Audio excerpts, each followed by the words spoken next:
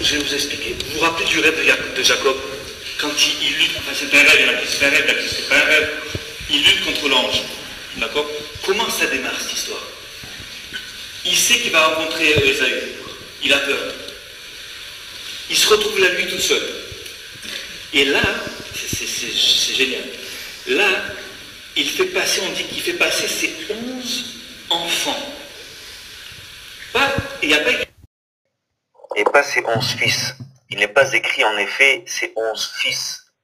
Parce qu'il faut savoir qu'à cette époque, Jacob n'a effectivement que 12 enfants. 11 fils et une fille. C'est ainsi que Rashi, le fameux commentateur de la Torah, se demande où était Dina, en expliquant comment Jacob l'avait caché dans une malle, mais surtout en nous attirant l'attention sur le fait que Dina faisait donc bien partie de ses 11 enfants, et plus particulièrement qu'elle traversa cette rivière avec 10 de ses frères. Ainsi donc, ici nous devons comprendre que l'un de ses fils resta sur l'autre berge. Et donc, nous pouvons déduire comment c'est avec ce fils que Jacob lutte lorsqu'il revient sur cette berge. Et c'est l'intonation de Ish-Imo, qui rappelle celle de Shimon, qui nous aide à percevoir comment cet homme qui lutte avec lui, lors de son retour sur cette berge, n'est autre que le fils de son frère Siméon, qui lutte avec lui pour entrer Israël par la hanche de Jacob. C'est assez profond. Voilà. Le jour d'après, Jacob et Ésaü se rencontrent.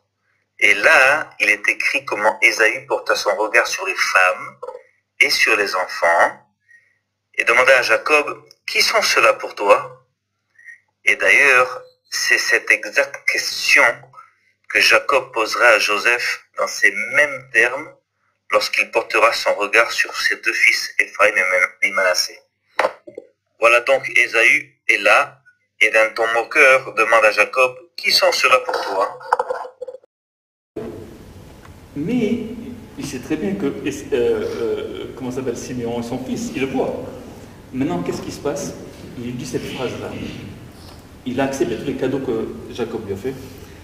Et il lui dit Atigana imera mina'am asher iti. Asher iti. Ça veut dire, comment on traduit ça? C'est intraductible en hébreu.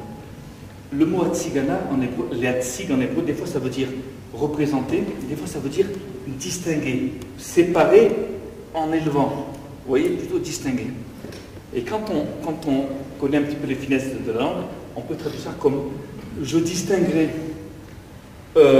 ceux qui sont avec toi de ceux qui sont avec moi, en parlant de Siméon. Et juste là-bas, c'est là où il y a le mot Atigana qui apparaît. C'est-à-dire, vous savez, on dit que le miracle de la mer morte, c'est pas que la mer se soit ouverte. Ça peut arriver. La mer rouge, peut-être, je ne sais pas. C'est quoi ça, la mer rouge, c'est sûr. Et le miracle, c'est pas que la mer soit ouverte. C'est que la mer soit ouverte exactement au moment où on en avait besoin. Parce que la mer peut s'ouvrir. Tremblement de terre, je ne sais pas, du vent. Mais qu'elle s'ouvre exactement à la seconde où on en a besoin, c'est là le miracle. Pareil, ici dans la Torah. Le mot Tigana, c'est pas important qu'il soit dans la Torah. Ce qui est important, c'est qu'il soit exactement à l'endroit où il faut. Exactement à l'endroit où, entre les mots, on parle ici d'un enfant qui est inséré chez Jacob, et que Jacob va prendre sur lui, et Esav l'accepte. Il dit, bon, allez, prends-le, on va voir si la force du sang va être plus forte que celle de l'enseignement. Vous comprenez? C'est très très important. Et c'est pour ça qu'une fois que cette histoire-là est passée, on dit que Jacob arrive à Shrem, Shalem. En hébreu, c'est complet. Il est complet maintenant. Il a tous ses enfants avec lui. Maintenant, c'est un peuple. C'est très fort. Donc, le mot Atigana pour moi, c'est clairement un mot qui provient de l'hébreu et qui provient exactement de cette phrase-là, parce qu'il n'y a rien d'autre qui l'explique. Et non seulement ça, mais en plus, les tziganes s'appelaient, vérifiez-le, des Hatziganes.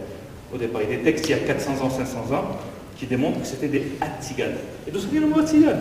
Il n'y a aucune langue qui le décrit. Donc ça veut dire quelque part la notion de se distinguer. Les tziganes, c'est ceux qui vont se distinguer. Et c'est tout à fait, à mon avis, moi, le peu que je connais de chez vous, c'est tout à fait vous. Hein. C'est tout à fait vous. Donc je pense que ça colle. Mais c'est encore des petits points, Tzigan, c'est faire ressortir, je te prie, mis en évidence. Mais exact, c'est ressortir. D'ailleurs, le mot distinguer, c'est quelque part, ça l'intention de Il y a aussi un petit jeu de mots facile qui est rigolo, on peut parler de ça. Le mot tsoanim en hébreu, le mot tzigan, ça se dit tsoanim. Et tsoanim, regarde, je viens, je l'ai fait comme ça, bon, ici. Oui, c'est na, quelque chose que tsoanim. En hébreu, ça s'écrit sans le vav, tsoanim. Parce que s'ils viennent de la ville de Tson. Je sais que pour vous, c'est l'hébreu tout ça. Voilà. Et Tson s'écrit sans le vav. Mais ce qui est marrant, c'est que vous savez, en hébreu, le aïn, c'est-à-dire que le nom hébreu le nom hébreu de Tzigan, ça correspond à ceux qui étaient des princes égyptiens qui étaient dans la ville de Tanis. On dit la ville de Tanis, c'est encore à vérifier. Mais il y a une ville qui s'appelle Tzon Mitzrayim dans la Torah. Mitzrayim en hébreu, c'est l'Égypte, qui est en fait la capitale, le joyau de l'Égypte. Et là-bas étaient tous les princes d'Égypte, tous les grands d'Égypte. Et Tsoanim provient clairement du mot Tson Mitzrayim. Et c'est là, d'après toi, qu'on se distingue?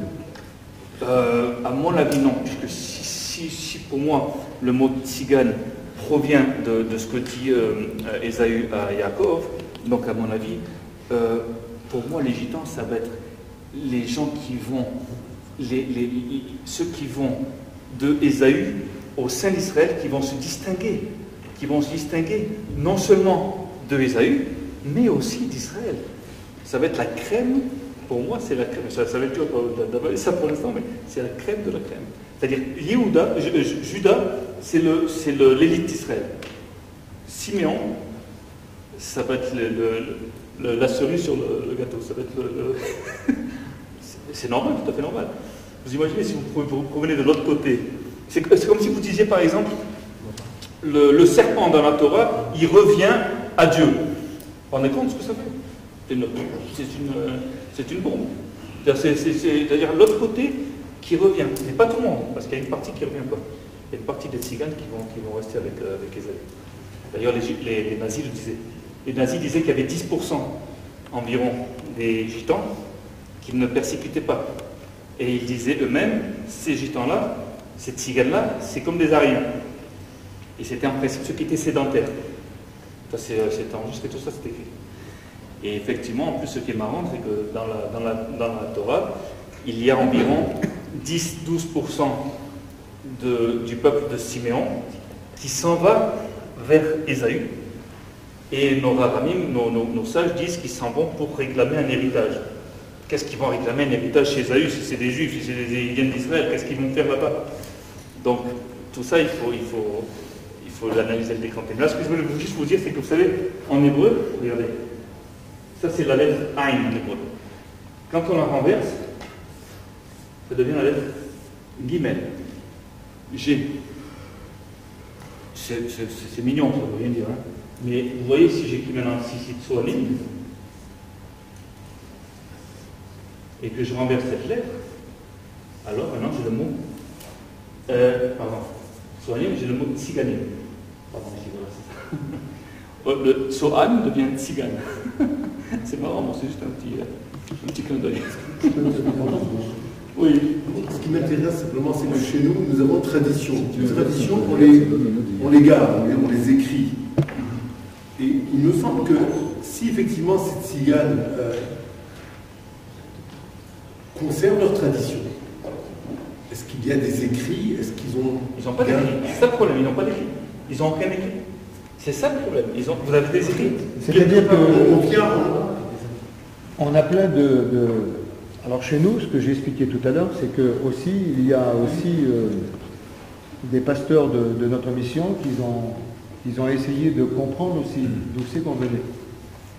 Donc c'est vrai qu'il y a beaucoup de similitudes. Maintenant, les textes de la Torah, on n'approfondit pas la Torah de la façon que vous l'approfondissez. On a en hébreu. Donc vous, vous êtes des Hébreux, les textes anciens sont en hébreu, moi je ne connais pas l'hébreu, nos anciens ne connaissent pas l'hébreu. Déjà la Torah se lit déjà à travers les, si je comprends bien, à travers les lignes. Il y a des codes, il y a des paraboles, il y a tout un système qu'il faut rentrer dans l'étude approfondie de la Torah pour connaître véritablement la Torah. Nos versions à nous, de l'Ancien Testament, de la Torah, des 5 premiers livres de Moïse, jusqu'à l'histoire du peuple juif, s'arrêtent à la connaissance que nous avons nous. C'est tout. Concernant l'histoire d'Abraham, l'histoire de Jacob, l'histoire d'Ésaü, de Rachel, etc. Mais à part ça, votre histoire. Mais alors, notre histoire à nous, moi j'ai toujours écouté dire que il y a plein de similitudes entre les Juifs et puis les Tziganes, dans leurs coutumes aussi, dans leur façon de faire, dans leur comportement, dans notre identité, au niveau de la persécution des nazis concernant les Tziganes, parce que c'est vrai que nous, déjà, on s'est déjà penché un petit peu sur l'histoire du nazisme. Ils ne persécutaient pas les Africains, les Noirs, les Arabes. Ce sont alliés avec tout de suite, ils ont pensé aux Tziganes. Exact. Et nos anciens, ils se sont posé la question, pourquoi que les Tziganes étaient à la même enseigne que les Juifs par rapport au nazisme. Pourquoi mais les nazis le disent? Pourquoi? fait. Vous êtes juif? Les nazis disent? D'ailleurs, quand il y a eu une convention tzigane qui s'est faite en 89, ici à Jérusalem, et je me rappelle, j'y étais aussi, lui aussi, il y avait une représentante du gouvernement israélien qui avait parlé. Elle n'a pas voulu trop parler parce qu'il y avait des caméras qui étaient là, des journalistes, mais je me rappelle clairement qu'elle disait que notre peuple et le peuple juif ont toujours eu une route parallèle, mais qu'elle est toujours dans la même direction. Et elle a fait comprendre à moi un peu couvert, que je l'explique en clair là parce que je sais qu'elle va pas divulguer, c'est que quand les juifs étaient persécutés, nous on l'était aussi. Alors elle n'a pas dit ouvertement, mais elle a fait comprendre qu'on est beaucoup unis, quoi. Mais je vais vous expliquer pourquoi elle n'a pas dit ouvertement, parce que si elle dit ouvertement, ça va poser un problème au niveau du pognon. Oui. Parce que les Juifs, ils ont peut-être pris beaucoup d'argent, mais est-ce que les Gitans ont pris de l'argent sur tout ce qui s'est passé? Vous avez pris de l'argent? Vous avez été dédommagé sur la rien. Mais vous n'êtes pas non plus organisé comme nous on l'était. Vous êtes un petit peu disséminé, vous n'êtes pas en clan, machin, donc peut-être pas, vous n'êtes peut-être pas une force. Mais attendez, vous n'avez rien reçu. Et pourtant on sait, ici au musée, ici on le dit. Les Gitans ont été persécutés, il y a des centaines de milliers qui ont été brûlés. Oui, les dédommagements. Ils en parlent quasiment presque jamais. Bien sûr, ça représente des milliards. Quand ils font voir, si vous le dites, c'est un problème. Quand ils font voir souvent fois des représentations à la télévision, en France là-bas, ils font voir beaucoup de films sur les Juifs, comme ça, les là.